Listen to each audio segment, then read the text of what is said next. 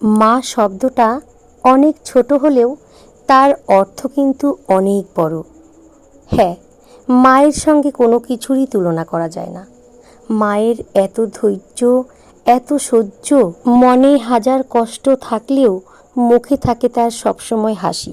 কখনো কাউকে সেটা বুঝতেই দেয় না। আর মাকে তো কখনো বসতেই দেখা যায় না। মানে সে যখন যেখানেই থাক কিছু না কিছু কাজে সে ব্যস্ত থাকে। দেখো, মেয়ের বাড়িতে এসেও কিন্তু সে কত কাজ করছে। মেয়ের হাতের কাজ কেড়ে নিয়ে কখনো রান্না করছে, কখনো তরকারি করছে, আবার কখনো তাকে ঠাকুর ঘরেও দেখা যাচ্ছে পুজো দিতে। তাই মায়ের কথা উঠলেই এই গানটি মনে পড়ে। যতবার দেখি মাগো তোমায় আমি, স্বাদ মেটে না মাগো তোমায় দেখে। সবাই বলে ভগবান সুন্দর, হবে না গো সুন্দর তোমার থেকে। যতবার দেখি মাগো তোমায় আমি, ভয় পেলে ব্যথা পেলে মুখে আসে মা, সুখেতে দুঃখেতে মুখে আসে মা। তোমার আঁচল তলে স্বর্গ সুখ মেলে, তার চেয়ে আনন্দ মা ডেকে। যতবার দেখি মাগো তোমায় আমি, হয় যদি নিতে মোর জন্ম আবার, প্রতি জনমেতে চাই চরণ তোমার। তোমার তুলনা তুমি, তাই গো তোমায় নমি, ধন্য তোমার স্নেহ সুধা মেখে। যতবার দেখি মাগো তোমায় আমি, স্বাদ মেটে না মাগো তোমায় দেখে।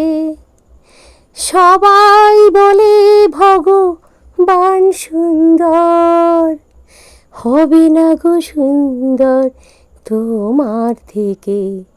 যতবার দেখি মাগো তোমায় আমি। তো বন্ধুরা, লতা মঙ্গেশকরের গাওয়া এই গানটির প্রতিটি কথা অক্ষরে অক্ষরে একদম সত্যি। মায়ের ভালোবাসা কোনো কিছুর সঙ্গে তুলনা হয় না।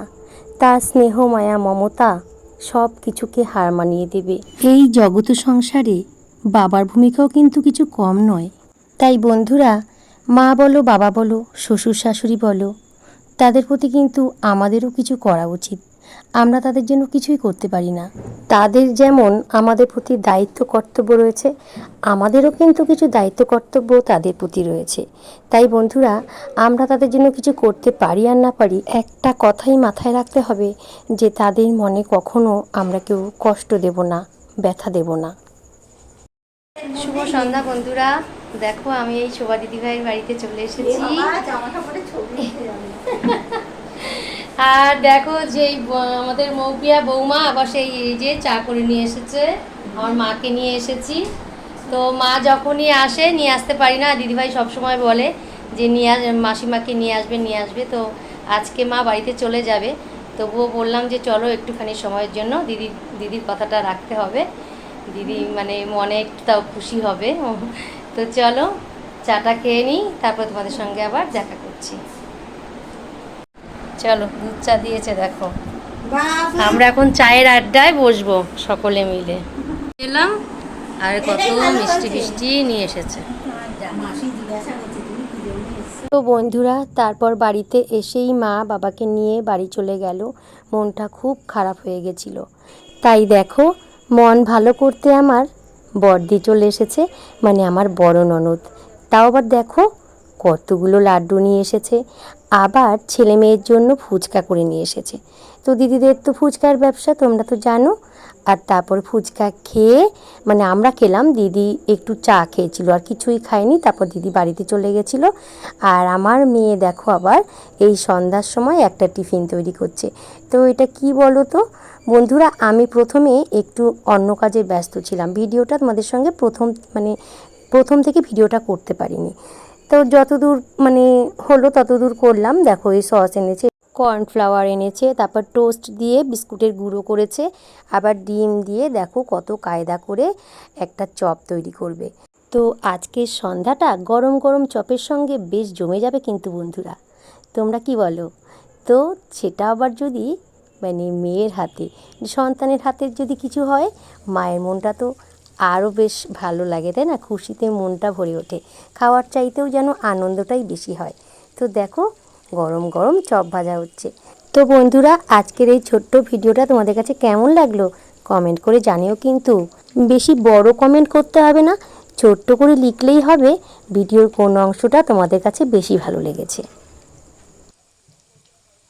তো চলো বন্ধুরা, আজকে ভিডিওটা তোমাদের কাছে কেমন লাগলো, আশা করি ভালো লেগেছে। আর ভালো লাগলে কিন্তু অবশ্যই কমেন্ট করে জানাবে। আর ভিডিওটা ভালো লাগলে ছোট্টটা লাইক করে দিও, ছোট্টটা কমেন্ট করে দিও। আর আজকের মতো বিদায় নিচ্ছি, আবারও দেখা হবে নতুন আরেকটি ভিডিও শুরুতে। তো চলো, ততক্ষণের জন্য তোমরা সবাই ভালো থেকো, সুস্থ থেকো। Tata, bye bye.